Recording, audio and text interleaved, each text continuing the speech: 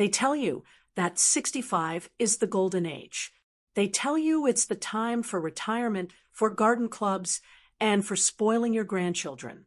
But nobody tells you what happens when your life is stolen from you in the blink of an eye. Nobody tells you that at 67, instead of resting, you'll be on your hands and knees scrubbing marble floors until your knuckles turn white. Where are you watching from today? Drop your location in the comments below and hit that like and subscribe button. My name is June Nixon. If you walked past me on the street in Cambridge, you wouldn't look twice. I'm just an old woman in a gray coat dragging a cleaning cart behind me. I'm invisible. And honestly, for a long time, being invisible was the only thing that kept me safe. But today, invisibility isn't enough. Today, the past didn't just knock on my door, it kicked it down. To understand why I'm standing in this hallway, shaking like a leaf, you have to understand what I lost. 10 years ago, I wasn't cleaning toilets for billionaires. I was a guidance counselor. I had a small house with blue shutters just outside of Boston. I had a garden full of hydrangeas. And I had Christopher. Christopher was my husband for 30 years. He was the kind of man who opened doors for strangers and always remembered to buy me peppermint ice cream on Fridays. We weren't rich, but we were comfortable. We had plans. We were going to travel to Italy when we retired. We had our pensions sorted out. We were safe. Then came that Tuesday. It was a Tuesday in November, gray and cold. Christopher put on his coat and said he was going to the corner store for milk. He kissed me on the cheek. I didn't watch him walk out the door. I was busy folding laundry. I didn't know it was the last time I'd ever see him. He never came back. The police found his car abandoned 3 towns over, near a bridge. No note, no body, just gone. For the first year, I waited by the window every single night. I thought maybe he had amnesia, maybe he was hurt. But as the years dragged on, the hope turned into a heavy, cold stone in my stomach. 7 years later, the state declared him dead in absentia. That was the final nail in the coffin of my old life. Because Christopher's pension, it died with him. The life insurance, they wouldn't pay out without a body. I lost the house with the blue shutters. I lost the garden. I sold my wedding ring to pay off the debts he left behind. Debts I didn't even know existed until the collectors started calling. So here I am, 10 years later, a widow who isn't really a widow, a woman who should be retired, but instead I'm working for elite domestic services, catering to the whimsical needs of the ultra-wealthy in Massachusetts. This morning was harder than most. My arthritis was flaring up, a sharp, grinding pain in my hips that makes walking feel like a punishment. But I couldn't call in sick. I need the money for my medication. My rent went up again last month, and my Social Security check barely covers the heating bill. I took the bus to the address the agency gave me. It was in the high-end district of Cambridge, where the driveways are longer than my entire street. The agency girl, a young thing who snaps her gum while she talks, told me this was a special assignment. The Mazzarella estate, she said, handing me a key card. Don't talk to the owner unless he speaks to you. He's particular, reclusive. Just do the floors and the dusting and get out. I didn't care about the owner. I just wanted to get the job done and go home to my cat and my heating pad. But when I arrived at the gate, I felt a shiver go down my spine. It wasn't the cold. It was something else. A feeling of dread I couldn't explain.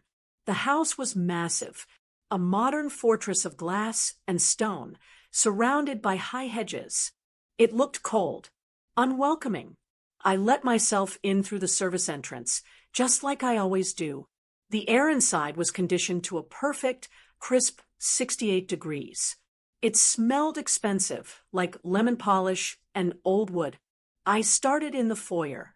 The silence in these big houses is always heavy. You can hear your own breathing. You can hear the squeak of your rubber-soled shoes. As I mopped the black and white tiles, I tried to keep my mind blank, but my knees were screaming at me. Every time I bent down to scrub a scuff mark, I had to grit my teeth. I resent them sometimes. The people who live here. I try to be a good Christian woman, but it's hard not to feel bitter when you're cleaning mud off a pair of shoes that cost more than your car. I wondered where Mr. Mazzarella was. The house felt empty, but the agency said he never leaves. I moved to the library next. It was a beautiful room, lined with books that looked like they had never been opened. I was dusting a mahogany table when it hit me. The smell. It was faint, lingering in the air like a ghost. Old Spice and tobacco. My hand froze on the duster. That was Christopher's scent. He didn't smoke cigarettes. He smoked a pipe just once in a while on the back porch. And he wore Old Spice because his father wore it. And he was a creature of habit. I stood there, sniffing the air like a crazy person. My heart did a little flutter in my chest. Stop it, June. I whispered to myself. Stop it right now. It's been 10 years. My mind was playing tricks on me. Plenty of men wear Old Spice. Plenty of men smoke pipes. It didn't mean anything. I forced myself to keep moving. I wiped down the shelves, my hands trembling just a little. I told myself I was just tired. I was hungry. I hadn't eaten breakfast because I was rationing my groceries until payday. I finished the library and checked my list. The master suite was next. Usually, the master suite is off limits if the owner is home, but the note from the agency said, clean master bath and bedroom between 10 a.m. and 11 a.m. Owner will be in meetings. I checked my watch. 10:15. I was right on schedule. I pushed my cart down the long hallway.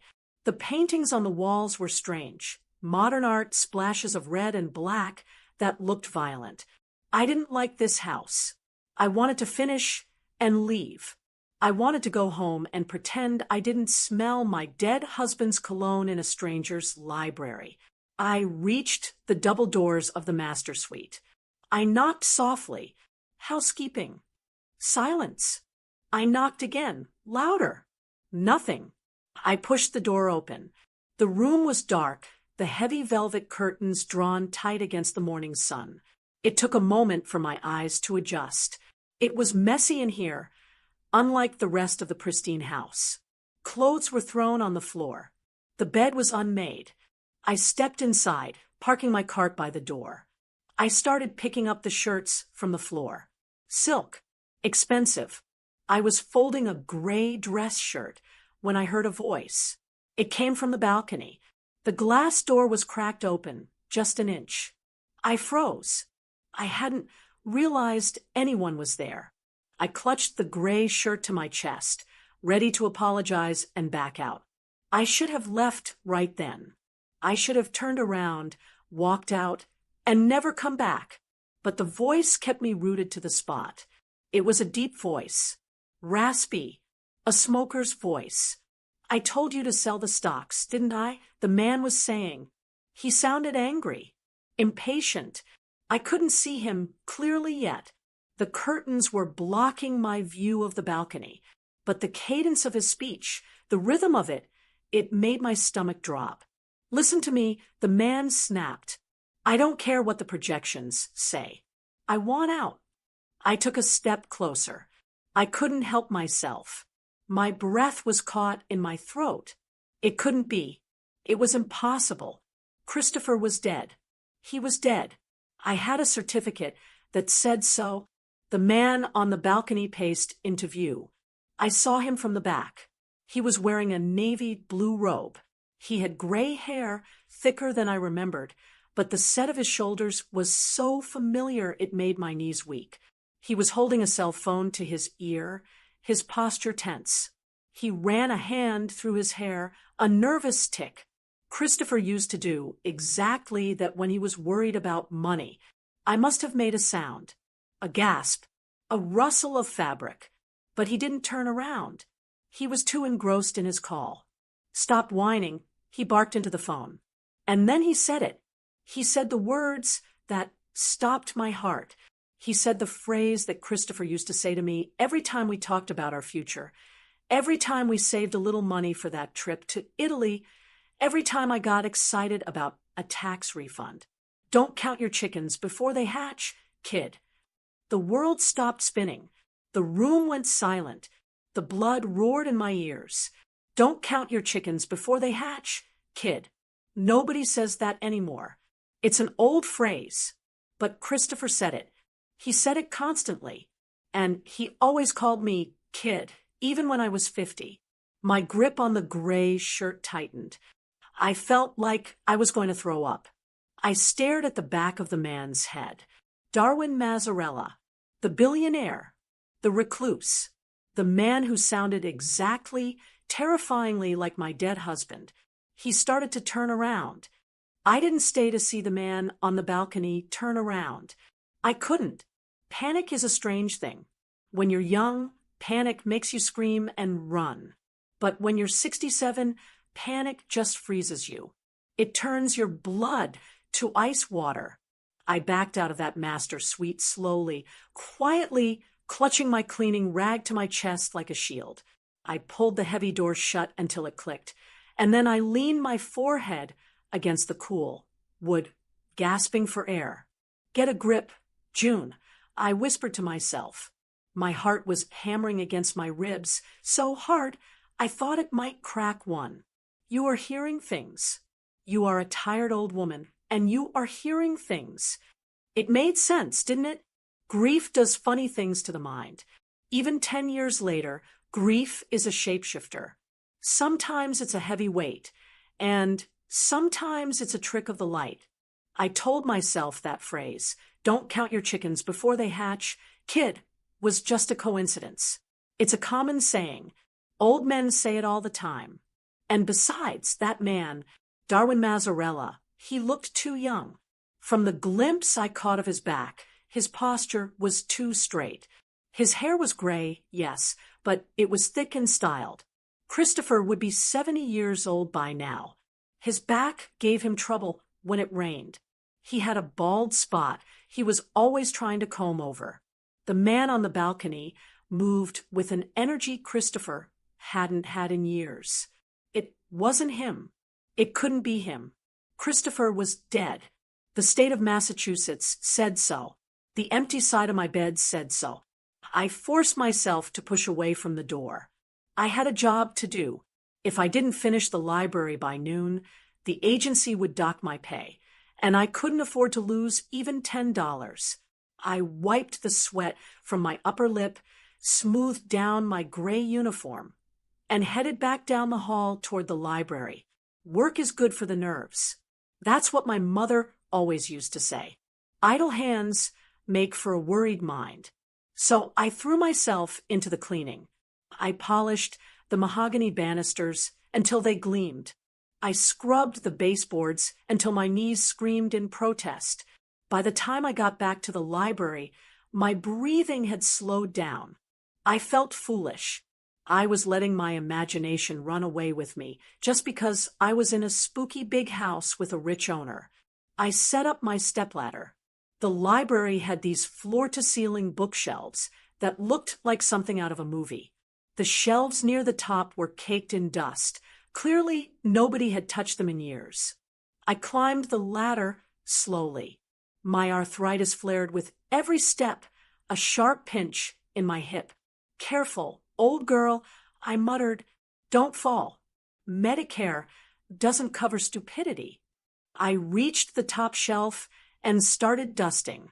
It was mostly old encyclopedias and legal texts. Boring stuff. Rich people buy books by the yard just to fill up the space. They don't actually read them. But as I reached for a cobweb in the corner, my elbow bumped a stack of heavy, leather-bound books. They wobbled. I lunged to catch them, but my reflexes aren't what they used to be. One of them, a massive book bound in dark red leather, tipped over the edge. It hit the floor with a sound like a gunshot. Thud. I froze on the ladder, waiting for security to come bursting in. I waited for Mr. Mazzarella to come shouting, but the house remained silent, just the ticking of the grandfather clock in the hall. I let out a breath and climbed down carefully. Butterfingers, I scolded myself. I knelt down to pick up the book. It had landed face open. It wasn't a reading book.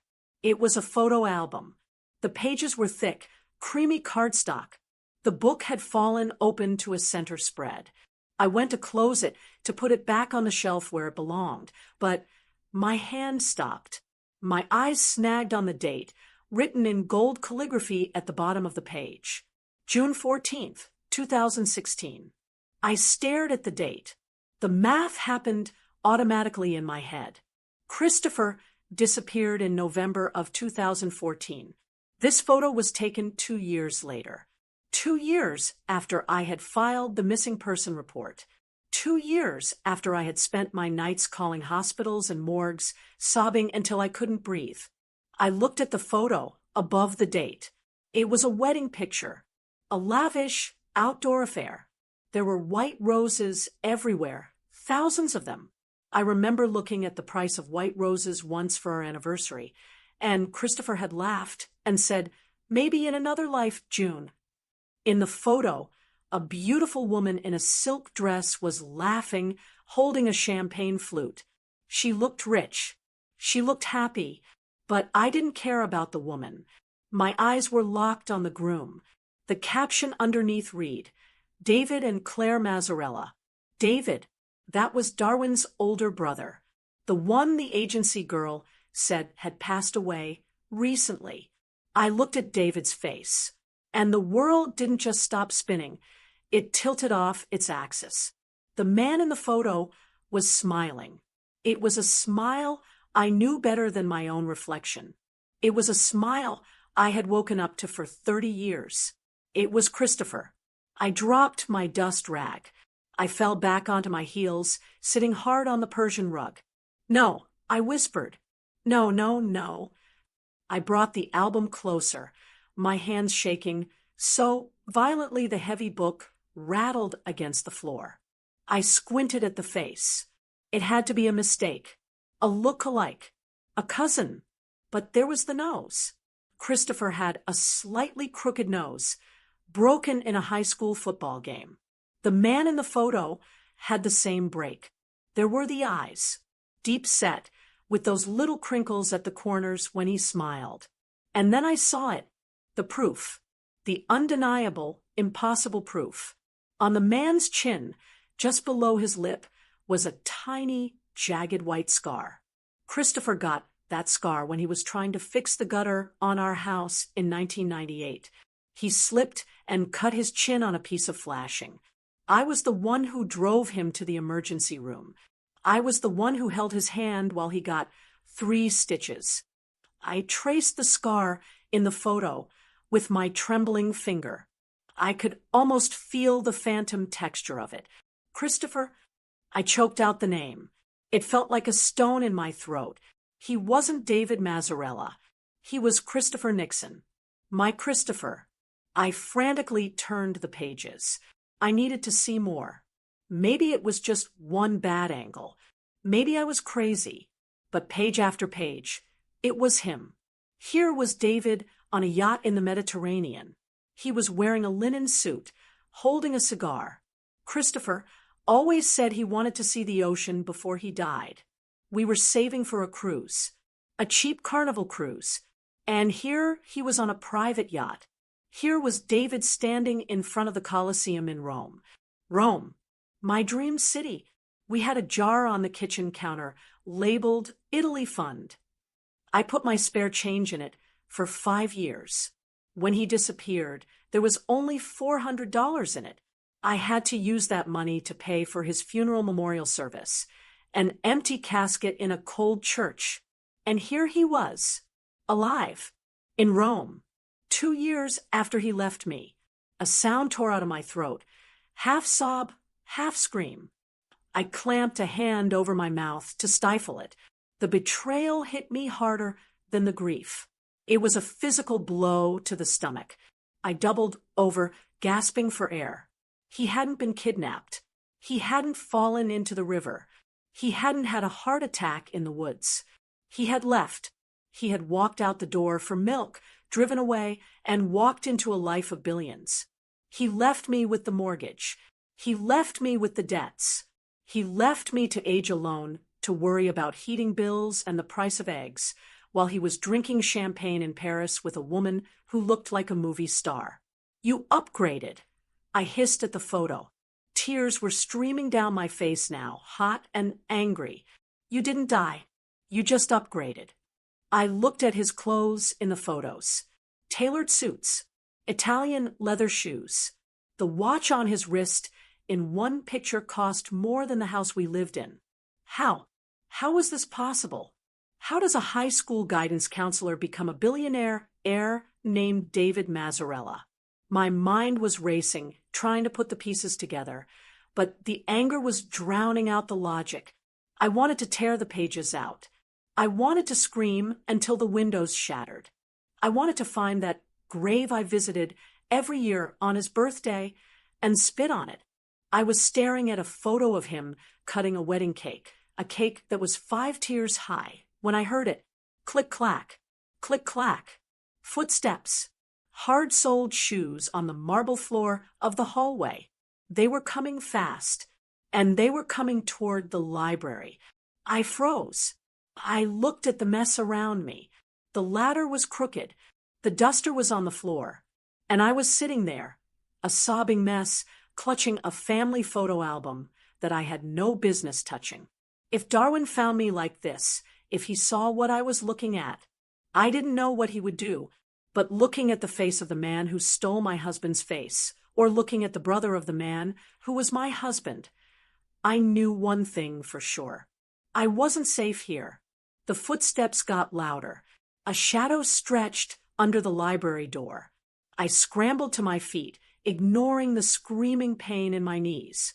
I slammed the album shut. I shoved the album back onto the shelf just as Darwin walked into the library. He didn't even look at me.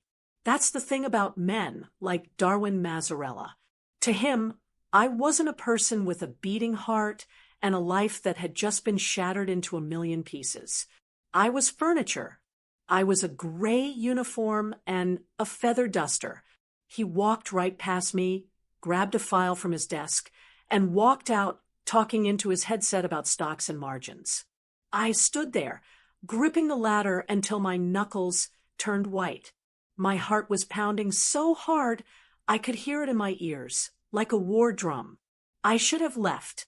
A smarter woman would have packed up her cleaning cart, clocked out, and never come back. I should have gone home, made a cup of tea, and told myself it was just a coincidence.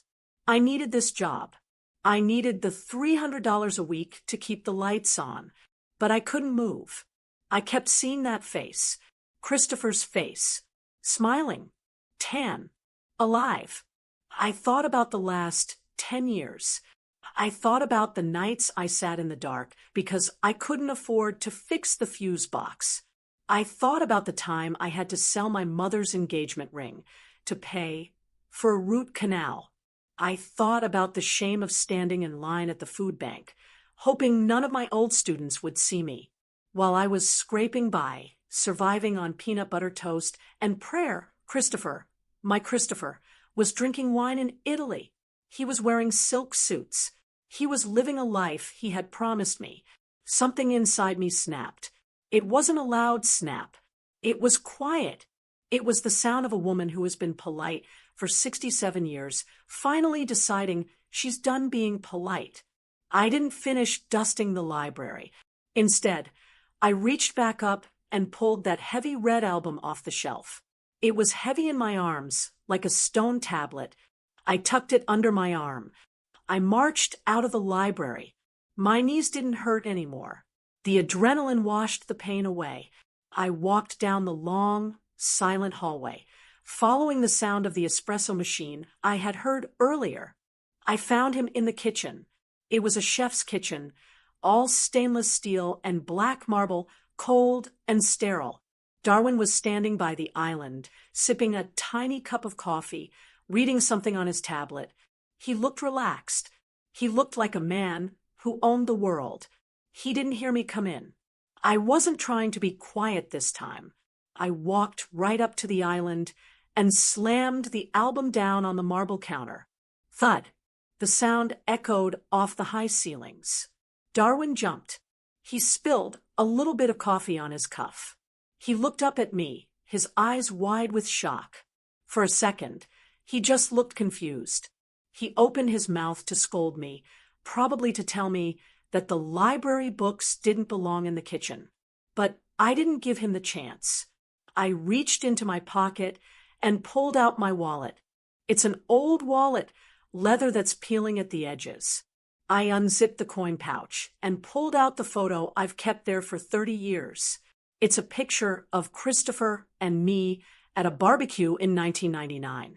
He's laughing, holding a paper plate. The sun is in his eyes. I slapped the photo down next to the open album. "Explain this," I said. My voice didn't shake. I was surprised by how steady it sounded. It was the voice I used to use on troublemaker students in the guidance office. Darwin stared at me. He looked at the album.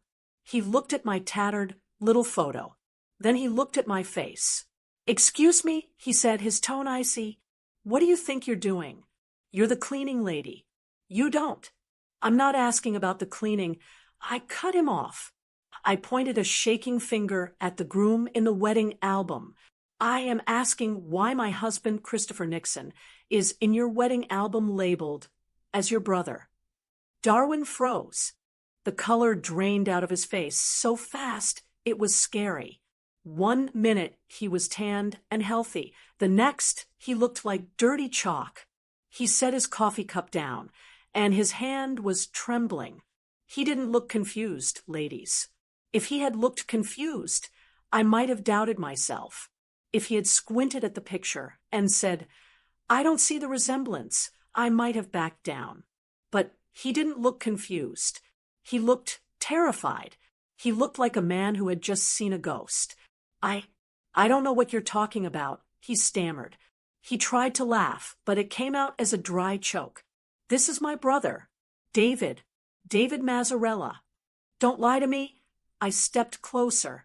I could smell his cologne, expensive, musky. It made me sick. Look at the scar on his chin. Look at the nose. That is Christopher. He disappeared 10 years ago. He went out for milk and never came back. Darwin flinched when I said, 10 years ago. His eyes darted to the door, like he was checking for an escape route. That's a coincidence," Darwin said, but his voice was thin. David was estranged from the family. He ran away when he was young. He only came back to us 10 years ago. I felt the air leave my lungs. 10 years ago, I whispered. The timeline fit. It fit perfectly like a key in a lock. Christopher disappeared from my life on a Tuesday, and shortly after, David miraculously returned to the Mazzarella family after being missing for decades. "He didn't come back," I said, my voice rising. "He replaced him. My husband. He took your brother's place? Or you hired him? Is that it?" I was guessing, grasping at straws, but I saw the panic in Darwin's eyes flare up. I was hitting a nerve. I was getting too close. Darwin straightened up. He pulled the mask back on. He squared his shoulders and tried to look like the billionaire again, but I saw the sweat beading on his upper lip. "You are delusional," he spat. "You are a grief-stricken old woman, and you are imagining things. David is dead. He died 6 months ago. Christopher is dead." I asked, the grief hitting me sideways again. "David," he yelled. "His name was David, and he was my brother." He grabbed the album and slammed it shut, pulling it away from me like a child hiding a toy. "You have 5 minutes," Darwin said, his voice low and dangerous. 5 minutes to get your things and get out of my house. If I see you here again, I'll call the police. I'll tell them you were stealing. Who do you think they'll believe? Me or the maid with the empty bank account. He leaned over the counter, his face inches from mine. Do not come back. Do not talk about this. If you value your freedom, June, you will walk away and forget you ever saw this book. He wasn't just firing me. He was threatening me. And that's when I knew. I knew with 100% certainty that I was right. Innocent men don't threaten old ladies. Innocent men don't turn pale when you show them a photograph. He was hiding something. He knew who Christopher was. I grabbed my wallet and my photo off the counter. I looked him dead in the eye. I wanted him to see me, really see me, not the maid, not the invisible woman. I'm leaving, I said quietly, but I'm not forgetting. I turned and walked out of the kitchen.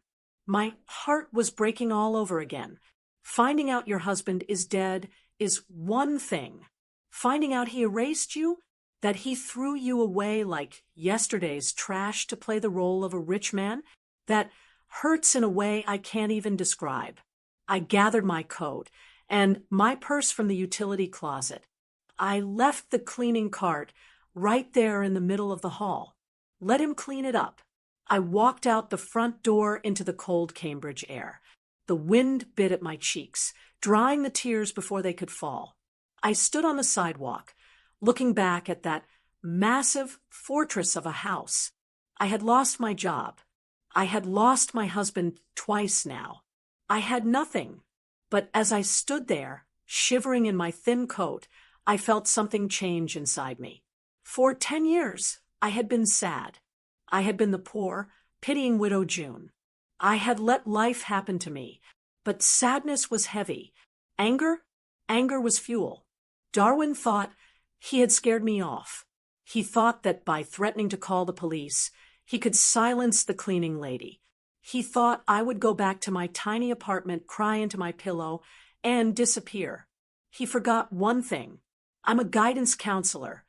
I spent 40 years figuring out when teenagers were lying to me. I know a guilty conscience when I see one. I walked to the bus stop, my head held high. I wasn't going home to cry. I was going home to plan. Because Darwin made a mistake. He told me David died 6 months ago. If Christopher was pretending to be David, and David is dead, then there's a grave somewhere. And graves can't lie. I checked the bus schedule. I wasn't going to let this go. I was going to find out exactly what happened to my husband. And if Darwin Mazzarella thought he could intimidate me, he was about to learn that there is nothing on this earth more dangerous than a woman who has nothing left to lose. I made it as far as the bus stop before I realized I had made a terrible mistake. My hands were shaking so bad I could barely zip my coat. I was standing there, staring at the cracked pavement, my mind replaying that confrontation in the kitchen over and over. I could still see the fear in Darwin's eyes. I could still hear him threatening to call the police on me. I reached into my pocket to check for my bus pass, and my stomach dropped. My pocket was empty. My bus pass, my wallet, and, worst of all, my house keys were gone. I froze in my rush to get out of that house, in my desperate need to escape the suffocation of Darwin's lies. I had left my cleaning apron in the utility closet. My keys were in the front pocket of that apron. I couldn't go home. I couldn't even get into my apartment building without those keys. And I certainly couldn't afford a locksmith on a Sunday. I looked back up the hill toward the Mazzarella estate.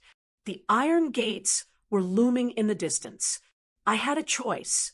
I could call the agency, admit I was fired, and ask them to contact Darwin to get my keys. But if I did that, I'd never get back inside. Darwin would probably throw my keys over the fence and tell me to get lost. Or I could go back. Right now. I knew the service code for the side gate. I knew the cleaner's entrance didn't have a security camera. It was broken. I had reported it last week, and nobody fixed it. And I knew something else. Darwin was rattled. He was likely in his office doing damage control maybe shredding documents or calling lawyers. He wouldn't be patrolling the hallways. A strange calm washed over me. It wasn't bravery. It was necessity. But beneath the necessity, there was that burning spark of anger again. I wasn't just going back for my keys. I was going back for answers. I turned around and started walking back up the hill. The walk felt different this time. I wasn't the tired cleaning lady anymore. I was a woman on a mission. I punched the code into the keypad at the service entrance. 1-9-8-4. The latch clicked. I slipped inside the mudroom. The house was dead silent. I could hear the faint hum of the refrigerator in the kitchen down the hall, but no footsteps, no voices.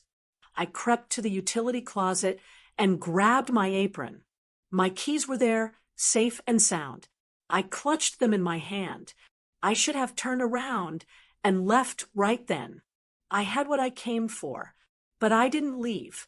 I looked down the hallway toward the east wing. That was where the guest suites were. And more importantly, that was where David's old room was. The agency girl had mentioned it once. She said Darwin kept his brother's room exactly as it was, like a shrine. If Christopher really was pretending to be David, the proof would be in that room. I took off my heavy shoes so I could walk quietly in my socks. I felt like a criminal. I'm a woman who pays her taxes early and never speeds. But today, I was breaking every rule I ever lived by. I moved through the house like a ghost. I reached the double doors of the east suite. The handle turned easily. The room smelled stale, like dust and old cologne. I slipped inside and closed the door softly behind me. It was a bedroom fit for a king. A 4-poster bed, velvet drapes, and a view of the garden. But I didn't care about the furniture. I went straight for the bathroom. Why?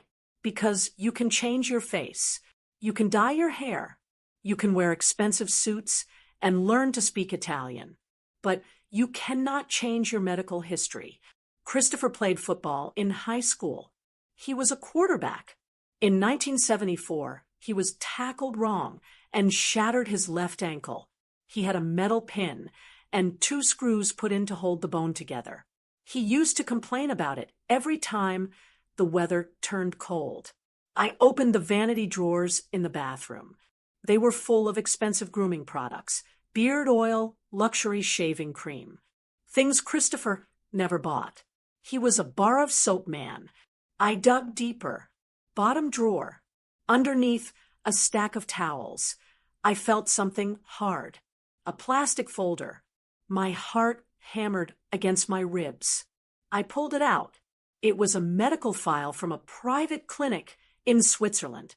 The label read, Patient David Mazzarella. I opened it. My eyes scanned the pages frantically. Blood pressure normal. Cholesterol slightly high. And then there it was. An X-ray report dated 8 years ago. Orthopedic consult. Patient complains of stiffness in left ankle. X-ray confirms presence of surgical hardware. 1 metal pin, 2 screws. Medial malleolus fracture, healed. I had to grab the counter to keep from falling. David Mazzarella didn't play football. David Mazzarella was an artist who ran away to Mexico. But Christopher Nixon had a metal pin in his left ankle. I looked at the X-ray film attached to the file. I'm not a doctor, but I've seen Christopher's ankle X-ray a dozen times. I know the angle of that screw. I know the way the bone healed a little crooked. It was him. This wasn't just a resemblance. This was biological proof. The man living in this house, the man calling himself David, was my husband. Tears pricked my eyes, but I blinked them away. I was furious. He used to make me massage that ankle with peppermint oil when it hurt. I used to baby him because of that injury, and he used it to walk away from me. I shoved the file back into the folder. I needed more. An X-ray proves he's Christopher, but it doesn't explain why. I went back into the bedroom. I started checking the nightstands. Top drawer, reading glasses, a pack of mints. Second drawer, a passport. I opened it. David Mazzarella. But the photo was Christopher. He looked smug. I checked the other nightstand. Nothing. I looked around the room. Where would he hide things? Christopher was paranoid. He used to hide his candy bars in his sock drawer, so I wouldn't find them. I went to the tall dresser. I pulled open the sock drawer, and there, tucked all the way in the back, behind a roll of black cashmere socks, was a small black notebook. It wasn't a fancy journal. It was a simple moleskine notebook. Christopher always carried one. He liked to make lists, grocery lists, to-do lists, bucket lists. I pulled it out. My hands were trembling so hard I almost dropped it. I opened the cover. The handwriting hit me like a physical slap. It was his. The messy, slanted scrawl. The way he didn't cross his T's. All the way. The way his G's looked like Y's.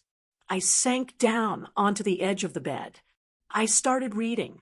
It wasn't a grocery list. It was a diary. January 4th, 2015. Darwin says the transition is almost complete. The lawyers bought the story about my amnesia and my time in Mexico. Nobody questions a billionaire who wants to give away money. Being David is easier than I thought. I just have to smile and sign the checks. I flipped forward. July 12th, 2016. Claire wants to go to Rome. I told her yes. I always wanted to go. It's funny how easy life is when you don't have to count pennies. He was talking about our dream, our Italy trip. He took her. I flipped toward the end. The entries got shorter, darker. October 20th, 2023. The doctor says the liver is failing. Ironic. I sold my soul for the good life, and now the good life is killing me. The scotch was too expensive, I guess. And then the last entry, dated just 3 months ago. I read it, and my breath hitched in my throat. I think about June sometimes. I wonder if she kept the house. I assume the life insurance paid out eventually. I hope she's okay. But looking at this room, looking at the bank account, I can't say I regret it. The money was worth the guilt. A man only gets one life. I chose the better one. The money was worth the guilt. I read that sentence 3 times. He didn't miss me. He didn't regret leaving me destitute. He didn't care that I lost the house. He assumed the life insurance paid out. He didn't even bother to check. He didn't know I couldn't get a dime because there was no body. He chose the money. He looked at our 30 years of marriage, weighed it against a pile of cash, and chose the cash. I closed the book. I stood up. The sadness was gone. Completely gone. It evaporated like mist in the sun. In its place was something cold and hard. A block of ice in the center of my chest. I wasn't the grieving widow anymore. I wasn't the poor cleaning lady. I was the woman who held the evidence that could destroy the entire Mazzarella empire. I slipped the black notebook into my apron pocket, right next to my keys. I took the medical file, too, folding it so it would fit inside my coat. I walked to the door. I put my socks back on. I put my shoes back on. I checked the hallway. Clear. I walked out of that house, not sneaking this time, but walking with purpose. Darwin Mazzarella thought he had silenced me. He thought he had scared me off with his threats. But he forgot one thing. He forgot that Christopher kept a diary. And he forgot that I am the only person in the world who can prove who wrote it. I walked out the service gate and let it click shut behind me. I didn't look back. I had work to do, but not cleaning. I was done cleaning up other people's messes. It was time to make a mess of my own. I sat in my car for a long time before I turned the key. My old Honda Civic has a rattle in the engine that I haven't been able to afford to fix, and usually It drives me crazy. But today, the rattling felt grounding. It was real. The leather seats in that mansion, the silent hallways, the fake lives, that was the fantasy. This rusted car, with my cleaning supplies in the trunk and a stolen diary in my pocket, this was reality. I didn't go home. I couldn't go home. My apartment is small, and right now, I felt too big for it. I felt like I was vibrating with a strange, dark energy. I pulled out my phone. It's an old smartphone, screen cracked in the corner, but it works. I typed David Mazzarella obituary into the search bar. It popped up immediately. David Mazzarella, 69, passed away peacefully at home on October 25th, survived by his brother, Darwin. There was a picture. It was Christopher. He looked older, tired, his skin a little gray, but it was him. Seeing his face in an obituary for the second time in my life was a cruel joke. The first time, there was no body, just a piece of paper from a judge declaring him dead. This time, there was a body and a grave. The service had been held at Mount Auburn Cemetery, the Mazzarella family plot. I put the phone down. I knew where that was. It's where the old money of Boston is buried. I put the car in gear. I wasn't going to cry. I was done crying. I wanted to see where he ended up. I wanted to stand over him and ask him why. The drive took 20 minutes. Mount Auburn is beautiful, like a park full of ancient trees and marble statues. It's quiet, the kind of quiet money buys you even after you're dead. I found the family plot easily. It was marked by a massive stone angel weeping into her hands. It seemed fitting. There were 3 graves. Vincent Mazzarella, the father, Claire Mazzarella, the mother, the woman I saw in the wedding album, and fresh dirt settled under a shiny new headstone, David Mazzarella. I stood there staring at the name. David. My husband was buried under the wrong name. He lived a lie, and he died a lie. I don't know how long I stood there. The wind was picking up, blowing dead leaves across the grass. I felt cold, but not from the weather. You knew him? The voice made me jump. I spun around, clutching my purse tight. An old man was standing a few feet away. He was wearing a green work jumpsuit and holding a rake.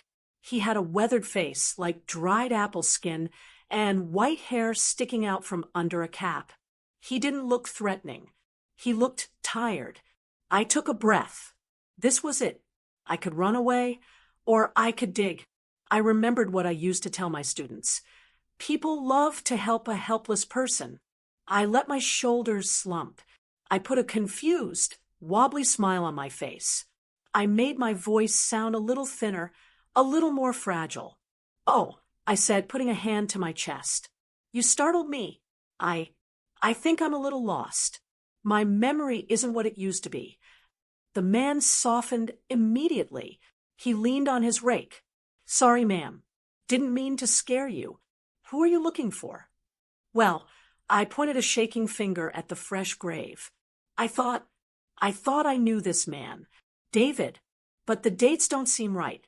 I remember a David Mazzarella from, 40 years ago? But he would be much older, wouldn't he?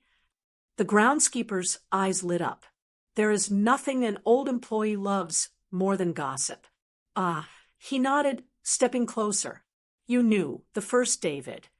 My heart skipped a beat. "The first David?" I asked, tilting my head. "There was more than one." He looked around, checking to make sure we were alone. "I'm Elliot. I've been taking care of this plot for 50 years. I buried the father, the mother, and now the son. I know where all the bones are, literally." He chuckled at his own joke. I forced a polite, confused laugh. "I'm so confused," I said. "I thought this was the son." Elliot shook his head. He lowered his voice. "This one here? The one we buried 6 months ago. He was the heir. But he wasn't the original David. Not really." I held my breath. "I don't understand." It's a sad story, Elliot said, leaning in. The real David Mazzarella, the oldest son, he was a wild one. Ran away in the 80s. Went down to Mexico to be a painter. Hated his father. Hated the money. He swore he'd never come back. And did he? I asked. Nope, Elliot said. Word is he died down there. Motorcycle accident in 1990. The father, Vincent, he hushed it up. Didn't want the scandal. So officially, David was just traveling. I nodded slowly. So who is this? I pointed to the grave. Elliot gave me a knowing look. Well, that's the family secret, isn't it? Old man Vincent had a trust fund from his grandfather. A massive one. But the stipulation was strict. The money could only be released if there were 2 living male heirs. Darwin and David. I felt the pieces clicking together. The trust fund. The money. But if David died in Mexico? I whispered. Exactly. Elliot said. No David, no money. The fortune would have gone to charity. Vincent couldn't handle that. He was greedy. So, about 10 years ago, right before the trust was set to mature, a miracle happened. Elliot used air quotes around the word miracle. David suddenly came home, Elliot said. Walked right through the front door. He looked a little different, sure. Had a scar on his chin he didn't have before. But the family vouched for him, said it was him. The lawyers signed off. The money was released. I felt sick. So they hired someone? Elliot shrugged. I'm just the gardener, ma'am. But I have eyes. I saw the new David. He was a nice enough guy. Quieter than the original. Liked to sit in the garden and smoke a pipe. But he didn't know the layout of the house. He didn't know the names of the servants. It took him a year to learn the ropes. He looked at the grave. Whoever he was, he played the part well. Got the money released. Lived the high life for a decade. And then his liver gave out. And Darwin, I asked, does he know? Elliot laughed. A dry, rasping sound. Darwin orchestrated it. The father was too sick by then. It was Darwin who found him. I heard them arguing once, near the shed. Darwin said, I pulled you out of the gutter, don't forget that. And the new David said, and I made you a billionaire, don't forget that. I felt the ground sway beneath me. It wasn't just Christopher running away. It wasn't just him wanting a better life. He was recruited. Darwin Mazzarella had gone looking for a look-alike. He must have scouted for months. He found Christopher, a man with the right build, the right face, the right age, a man with a simple life and financial struggles. Darwin offered him a deal. Leave your wife. Leave your debt. Come play my brother. You'll live in a mansion, travel the world, and never worry about a bill again. And Christopher said yes.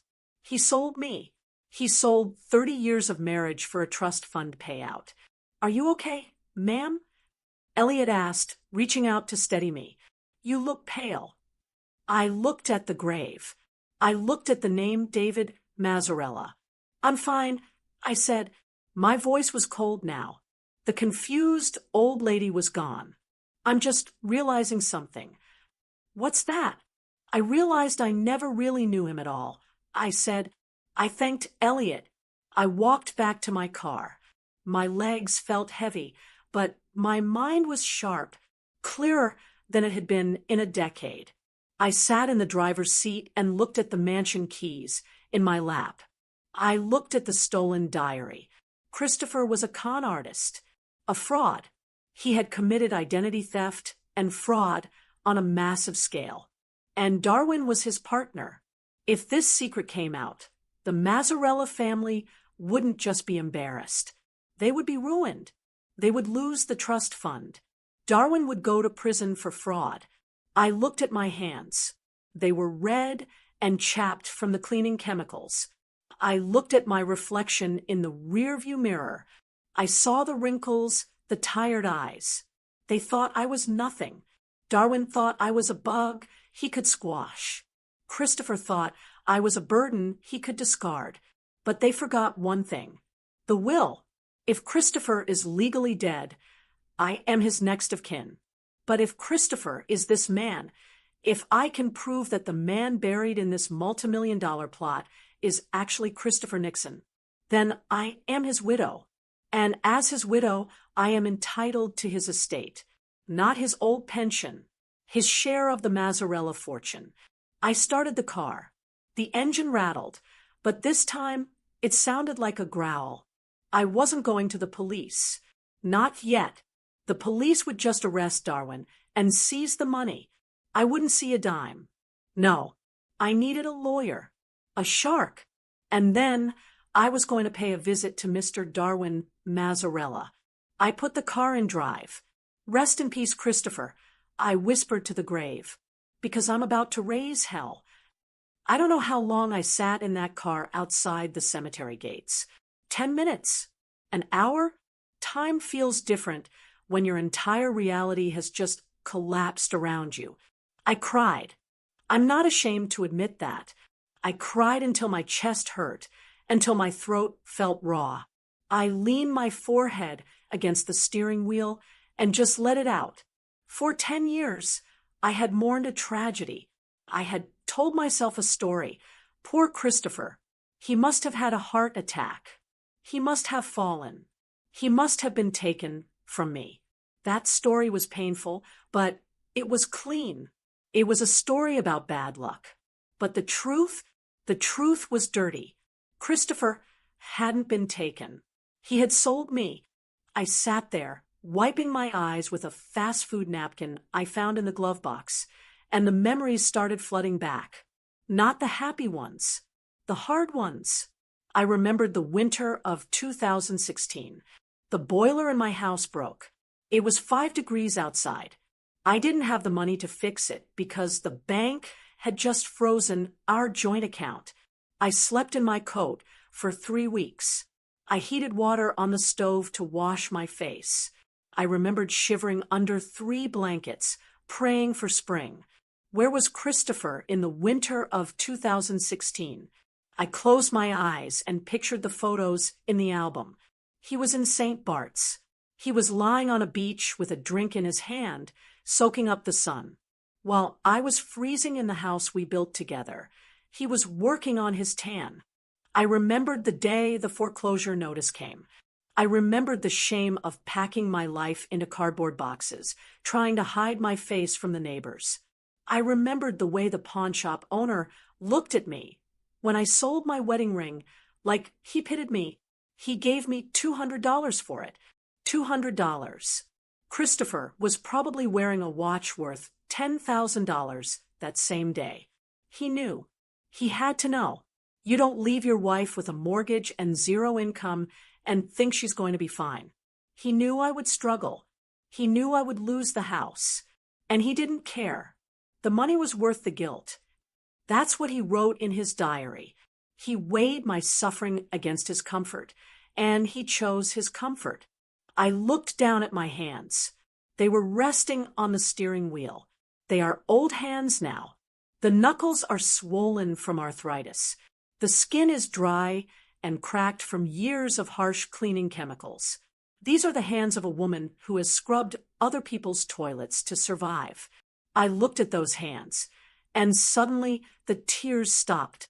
It was like a switch flipped in my brain. 1 minute, I was drowning in sorrow. The next, the water drained away, and all that was left was rock. Hard, cold rock. I thought about Darwin, the arrogance of him. He thought he could pay me off with a threat. He thought he could scare the little old cleaning lady back into the shadows. They underestimated me, both of them. Christopher thought I was weak. He thought I would just fade away. Darwin thought I was stupid. He thought I wouldn't figure it out. But they forgot who I was before I was a maid. I was a guidance counselor. My job was to see through lies. My job was to protect the vulnerable. And right now, the most vulnerable person in this equation was me. But I wasn't going to be vulnerable anymore. I reached up and adjusted the rearview mirror. I looked at myself. My eyes were red and puffy. My hair was a mess. I looked like a victim. No, I said aloud. My voice sounded raspy in the small car. Not today. I opened my purse. I dug past the unpaid bills and the grocery list. I found my compact mirror and my lipstick. It was a shade called Berry Bold. I hadn't worn it in years. It felt too bright for a widow. I uncapped it. I applied it carefully, tracing the lines of my lips. I blotted it. I fixed my hair, smoothing down the gray flyaways. I put on my glasses. I looked in the mirror again. The victim was gone. Staring back at me was a woman who had survived hell and was ready to bring the fire back with her. I started the engine. The rattle didn't bother me anymore. It sounded like a battle cry. I wasn't going home to hide. I was going back to the mansion. And as I drove, the plan formed in my mind. It was simple, and it was devastating. You see, I know a little bit about the law. You can't work in a school system for 40 years without learning about rules. And here is the rule that Darwin Mazzarella forgot.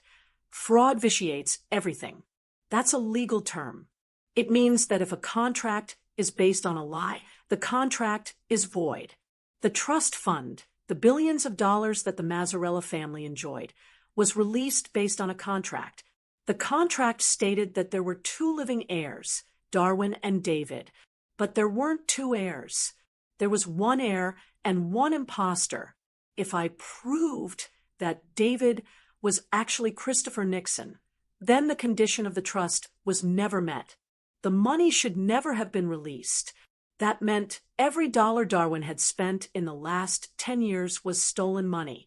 Every car, every vacation, every stock purchase. It was all fraud. If I went to the police, Darwin wouldn't just lose the money. He would go to federal prison. Identity theft, wire fraud, conspiracy. The list of charges would be a mile long. I held the power. Me, the woman who scrubbed his floors. I held his life in the palm of my arthritic hand. I pulled up to the massive iron gates of the estate. I didn't go to the service entrance this time. I drove right up to the main intercom. I pressed the button. Deliveries go to the side. A voice crackled. It was Darwin's assistant. It's not a delivery, I said. My voice was calm. Steady. It's June Nixon. Tell Mr. Mazzarella I'm here. I'm sorry, June, but Mr. Mazzarella said you were let go this morning. You're not allowed on the property. Tell him, I said, leaning closer to the microphone, that I have Christopher's diary, and I have the x-rays. There was a long silence on the other end. Then the gate buzzed. It swung open slowly, like the mouth of a beast. I drove up the long, winding driveway. I parked my rusted Honda right next to Darwin's shiny black Mercedes. I got out. I smoothed down my coat. I clutched my purse tight against my side, the purse that held the evidence. I walked up the front steps. I didn't wait to be invited. I didn't wipe my feet. The front door opened before I could knock. Darwin was standing there. He wasn't wearing his suit jacket. His tie was loosened. He looked sweaty. He looked small. He looked at me, and for the first time, he didn't see a cleaning lady. He saw the lioness who had just woken up. June, he said. His voice wavered. We should talk. I walked past him, stepping onto the marble foyer I had polished just this morning. I didn't look at the floor. I looked straight ahead toward his office. Yes, Darwin, I said, we should. I walked into his study and sat down in the leather chair behind his desk. His chair. I placed my purse on the desk. I waited for him to follow me. I waited for him to realize that the hierarchy of this house had just shifted. He was the billionaire, yes, but I was the one holding the match, and he was standing in a room full of gasoline.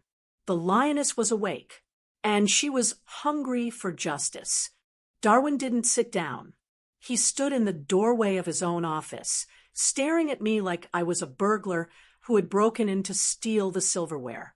I was sitting in his chair. It was a massive thing, high-backed leather that smelled like polish and money. It swiveled smoothly. I adjusted my weight, leaning back just a fraction. For the first time in 10 years, I wasn't looking up at someone. I was the one sitting comfortably while someone else stood on tired legs. "Get out of that chair," Darwin hissed. His voice was tight, vibrating with a mix of anger and fear. He reached for the phone on the wall. "I'm calling security. I'm calling the police. You are trespassing, June. You are mentally unstable, and I will have you removed." I didn't flinch. I didn't shout. I simply reached into my purse. "Go ahead," I said calmly. "Call them. In fact, call the district attorney while you're at it. It will save me the postage on the letter I drafted." Darwin's hand froze halfway to the receiver. He looked at me, really looked at me, and he saw the manila envelope I had placed on the mahogany desk. "What is that?" he asked. "Sit down, Darwin," I said. It wasn't a request. It was the voice I used to use when I sent a student to detention. It was a voice that expected obedience. Darwin hesitated. He looked at the door, then back at me. Slowly, reluctantly, he walked over and sat in one of the guest chairs opposite the desk. He looked smaller now. The desk was a barrier, a shield, and I was the one behind it. I opened the envelope. "You think I'm just a cleaning lady," I began, my voice steady. "You think I'm invisible. You think because I scrub your toilets, I don't have a brain. But you made a mistake. You forgot that before I was a maid, I was a wife. And I know my husband." I pulled out the first item, my marriage certificate. It was yellowed with age, folded at the corners. "Item 1, I said, sliding it across the polished wood. "Christopher Nixon, my husband, legally married to me in 1984. Never divorced." Darwin glanced at it, but didn't touch it. He sneered. "So, you have a marriage certificate for a dead man. That proves nothing." I reached into the envelope again. I pulled out the medical file I had taken from the bathroom. "Item 2, I said, medical records for David Mazzarella, dated 2016. It shows a surgical pin in the left ankle, a pin from a football injury in 1974, an injury Christopher Nixon sustained. David Mazzarella never played football. He was an artist." Darwin's sneer faltered. He shifted in his seat. "Coincidence," he muttered. "Lots of people break their ankles." "Maybe," I agreed. "But lots of people don't write confessions." I pulled out the black notebook, the diary. I saw Darwin's eyes widen. He recognized it. He knew exactly what it was. He reached for it, but I pulled it back just out of his reach. "Ah," I tutade. "Look with your eyes, Darwin, not your hands." I opened it to the marked page. I read aloud, my voice echoing in the quiet room. The money was worth the guilt. A man only gets one life. I chose the better one. I closed the book with a sharp snap. That is Christopher's handwriting. I have 30 years of birthday cards and grocery lists to prove it. A handwriting expert will confirm it in 5 minutes. Darwin was pale now. He was sweating.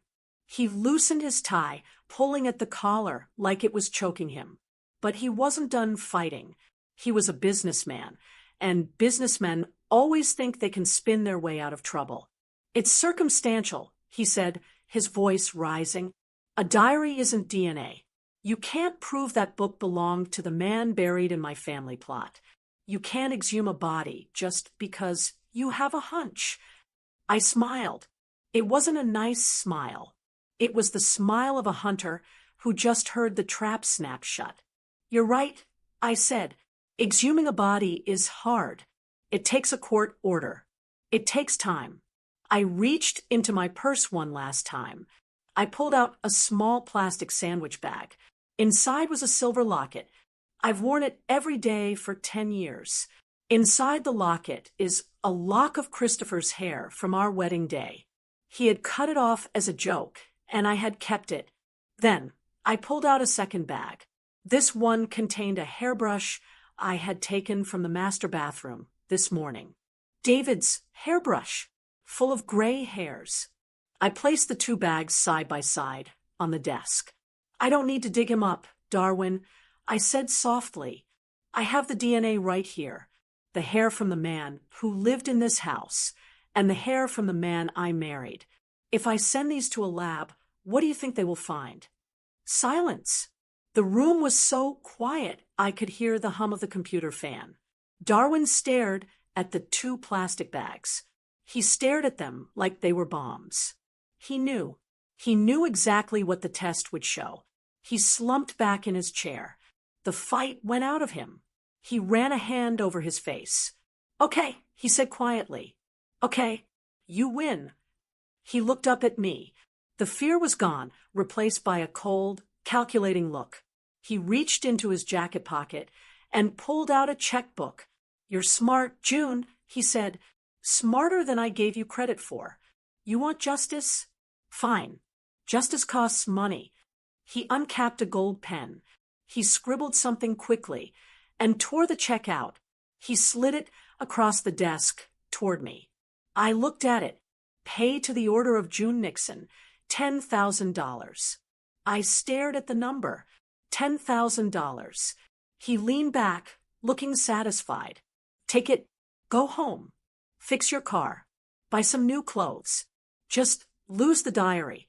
And the hair. I looked from the check to him.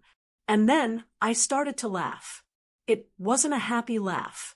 It was a dry, rasping sound. $10,000. I asked. It's a lot of money, Darwin said defensively. More than you make in 6 months scrubbing floors. I picked up the check. I held it up to the light. Then, very slowly, I tore it in half. I tore it again. And again. I let the pieces flutter down onto the desk like confetti. You think my silence costs $10,000? I asked, my voice dropping to a whisper. Darwin, you have no idea what my life has been like. I leaned forward, bracing my hands on the desk. When Christopher left, the bank took the house. I lost $40,000 in equity. When the IRS came after me for his unpaid taxes, they took my savings. That was another $15,000. When I couldn't pay the credit cards he maxed out in secret, the interest rates buried me. I have paid over $30,000 in interest alone in the last decade. I pointed a finger at his face. You stole my husband. You stole my retirement. You stole my dignity. And you think you can buy me off for the price of a used car. Darwin swallowed hard. What do you want? I don't want your charity, I said, and I don't want an apology. I don't care about your feelings, and I certainly don't care about your family reputation. I picked up the manila envelope. I have already drafted a letter to the district attorney. I said, it outlines the fraud. It explains how you and Christopher conspired to defraud the trust. It explains that the billions you are currently sitting on are stolen property. I saw the terror in his eyes return, sharper this time. He knew what that meant. Prison, asset seizure, ruin. I also have a letter drafted to the Boston Globe. I added, they love a scandal. Billionaire fakes death to swindle family trust. It's a front-page story, Darwin. Don't, he whispered. Please. It would destroy everything. I know, I said. So here is the situation. You are standing on a cliff. I am the one holding the rope. I sat back in the leather chair. I crossed my arms. This isn't a blackmail threat, Darwin. I'm not a criminal. This is a business negotiation. I am Christopher's legal widow. Under the law, I am entitled to his assets. Since he was posing as David, and David is dead, I am the sole beneficiary of his estate. I paused, letting the words sink in. I want half, I said. Darwin choked. Half. That's millions. I want half of Christopher's share of the trust, I corrected, and I want it deposited into an offshore account by tomorrow morning. I want the deed to the vacation home in Florida, the one he bought with our dream money. And I want a written confession signed by you stating that Christopher is dead. A real death certificate, so I can finally stop looking for him. Darwin looked like he was going to be sick. And if I say no, then I mail the letters. I said simply, and you spend the rest of your life in a cell explaining to your cellmate how you lost $1 billion to a cleaning lady. I checked my watch, a cheap plastic thing from Walmart. It's 4 p.m., Darwin. The post office closes at 5 o'clock. You have 1 hour to decide if you want to be a poor inmate or a rich man with a slightly smaller bank account. I waited. The room was silent. This was the trap. I hadn't just caught him. I had cornered him. And for the first time in 10 years, June Nixon wasn't the victim. I was the boss. The silence in that office was heavy. It was the kind of silence that usually comes before a storm. Darwin was staring at the clock on the wall. The second hand was ticking away, tick, tick, tick, loud and relentless. He looked at me. Then he looked at the manila envelope full of evidence. Then he looked at the phone.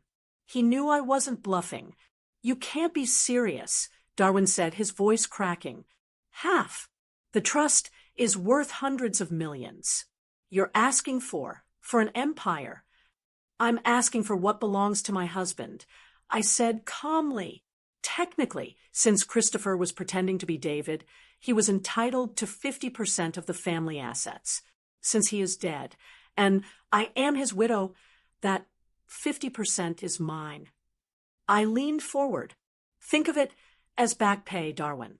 For 10 years of deception.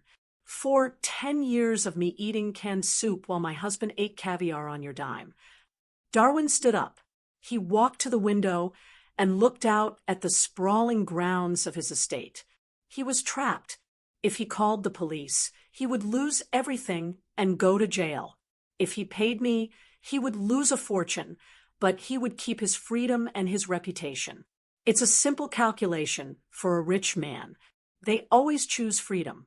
He turned back to me. His face was gray. I can't liquidate that much cash by tomorrow. It's impossible. Then liquidate what you can, I said, and transfer the assets. Stocks, bonds, real estate. I want the deed to the Florida property signed over today. And I want a wire transfer for the cash balance initiated before I leave this room. He glared at me. And if I do this, you disappear. The diary disappears. The hair samples. If the money is in my account, I said, then Christopher Nixon stays dead. David Mazzarella stays dead. And you get to keep playing the grieving brother. Darwin walked back to his desk. He slumped into the guest chair because I was still sitting in his.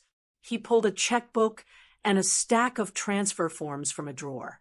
His hands were shaking so bad he could barely hold the pen. Watching him write those zeros was the most satisfying moment of my life. It wasn't about greed.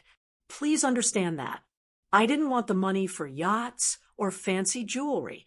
I wanted the money because it represented justice. It represented every tear I cried. It represented every sleepless night I spent worrying about the electric bill. Christopher had sold me out for this money. Now I was taking it back. Done, Darwin said, sliding the papers across the desk. The wire is authorized. The deed transfer is notarized. I'm a notary. It's legal. I picked up the papers. I checked the amounts. I checked the signatures. It was more money than I could spend in 10 lifetimes. I stood up. I put the papers in my purse right next to the diary. One more thing, I said. Darwin looked up, terrified. What? You said that was it. The diary, I said, patting my purse. I'm keeping it. No. Darwin stood up. That was the deal. You give me the evidence. I promised I wouldn't go to the police, I said coldly. And I won't, as long as the check's clear and you leave me alone. But this diary, this is my insurance policy. It stays with me. If anything happens to me, if I have a sudden accident, or if my bank account gets frozen, this diary goes straight to the FBI. My lawyer already has instructions. Darwin sank back down. He was defeated, completely and utterly defeated by the cleaning lady. Goodbye, Darwin, I said. I walked out of the office. I walked across the marble foyer. I walked out the front door and down the steps to my rusted Honda Civic. I got in the car. I placed my purse on the passenger seat. I looked at the mansion one last time. It didn't look scary anymore. It just looked like a pile of bricks. I drove away. I drove past the bus stop where I used to wait in the rain. I drove past the grocery store where I used to use coupons for expired bread. I drove straight to the bank. 1 month later, the flight attendant is smiling at me. She's young, with a crisp uniform and perfect hair. More champagne, Ms. Nixon? She asks. I look down at my crystal flute. It's empty. Yes, please, I say. I'm not wearing my gray cleaning uniform. I'm wearing a white silk suit. It's tailored perfectly to fit me. I'm not sitting in seat 30, 4B near the toilets. I'm in seat 1A, first class. The plane hums beneath me. We are 30,000 feet over the Atlantic Ocean. I look out the window. The clouds look like a floor of cotton. I'm going to Paris. For 30 years, Christopher promised to take me to Paris. He used to cut out pictures of the Eiffel Tower and stick them on the fridge. One day, June, he would say, one day we'll go. He went without me. He went with his new name and his new money, but he went as a fraud. He went looking over his shoulder, terrified of being caught. I am going as a free woman. I reached into my carry-on bag and pulled out the black notebook, Christopher's diary. I haven't read it since that day in the bedroom. I don't need to read it. I know what it says. It says he was weak. It says he was selfish. I ordered a metal trash can from the flight attendant, a small waste bin for my tissues. She brought it, looking confused. I ripped the first page out of the diary, then the second, then the third. I shredded them into tiny pieces and dropped them into the bin. The money was worth the guilt. That's what he wrote. I disagree. The money wasn't worth the guilt, because in the end, the money didn't save him. He died alone, with a fake name, hiding from the only person who ever truly loved him. I, on the other hand, have the money and the truth. I finished shredding the diary. The last piece of Christopher, the last piece of David, was gone. I took a sip of the champagne. It was cold and crisp. It tasted like victory. I cried for Christopher for 10 years. I wasted a decade of my life mourning a man who didn't exist. But tears don't pay the bills. The truth does. And the truth is, I am better off without him. I settled back into the wide leather seat. I closed my eyes. I wasn't thinking about the past. I wasn't thinking about the dusty mansion or the rude billionaire. I was thinking about what I would do when I landed. Maybe I'd visit the Louvre. Maybe I'd eat a croissant by the Seine. Maybe I'd just walk down the street, head held high, knowing that I survived the storm and came out the other side stronger. The pilot's voice came over the intercom. Ladies and gentlemen, we are beginning our descent into Paris. I smiled. I didn't just survive. I won. What city are you listening from? And what time is it there? Write it in the comments. And if you'd like to help me keep sharing these emotional, thrilling stories every day, even a small donation makes a big difference. It truly helps keep the channel alive. For more life stories like this, you can explore the other videos on my channel and subscribe. On the screen, you'll see 2 new stories I'm sure you'll enjoy. Click one and start listening right away. With love.